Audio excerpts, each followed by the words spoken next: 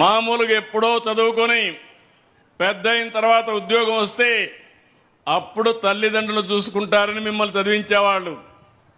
ఈరోజు రివర్స్ చేశాం.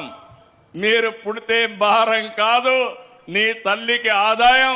అది ఈ ప్రభుత్వ ఆలోచన అని చెప్పి కూడా నేను మీకు తెలియజేస్తున్నా.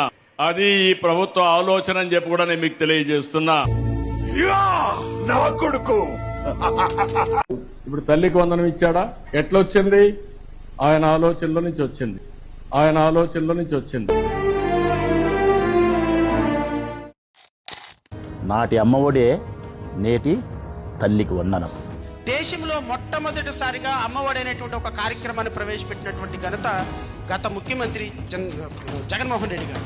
పిల్లల చదువుల కోసం అమ్మఒడి అనే పథకాన్ని తీసుకొస్తున్నాం. సో స్కూల్ కి పంపించాలనేటువంటి ఒక కంపల్షన్ ని తీసుకొచ్చినటువంటి మొట్టమొదటి ముఖ్యమంత్రి దేశంలో జగన్మోహన్ రెడ్డి గారు. రెక్కాడితే గాని డొక్కాడని పరిస్థితి, పిల్లలను చదువులు మానిపిస్తా ఉన్న పరిస్థితి.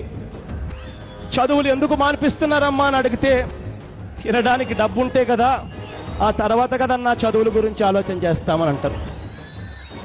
ఇవాళ ఆ పరిస్థితిని మార్చబోతా ఉన్నాము అని చెప్పి ప్రతి అక్కకు ప్రతి చెల్లెమ్మకు చెప్పండి. గల చంద్రబాబు నాయుడు పేరు మార్చి తల్లికి వందనం అన్నప్పటికీ కూడా అది మీకు నాకు గుర్తుండదు. మీకు అందరికి డబ్బులు వచ్చిందమన్నా? అమ్మఒడి పడింది సార్. పడిందా? అమ్మఒడి పడింది సార్. పడిందా? ప్రతి తల్లికి గుర్తొచ్చేది అమ్మఒడే గుర్తొస్తుంది. కారణం, ఈ పథకాన్ని సృష్టించినది, రూపకల్పన చేసినది మనందరి ప్రీతమ నాయకుడు జగన్మోహన్ రెడ్డి గారు.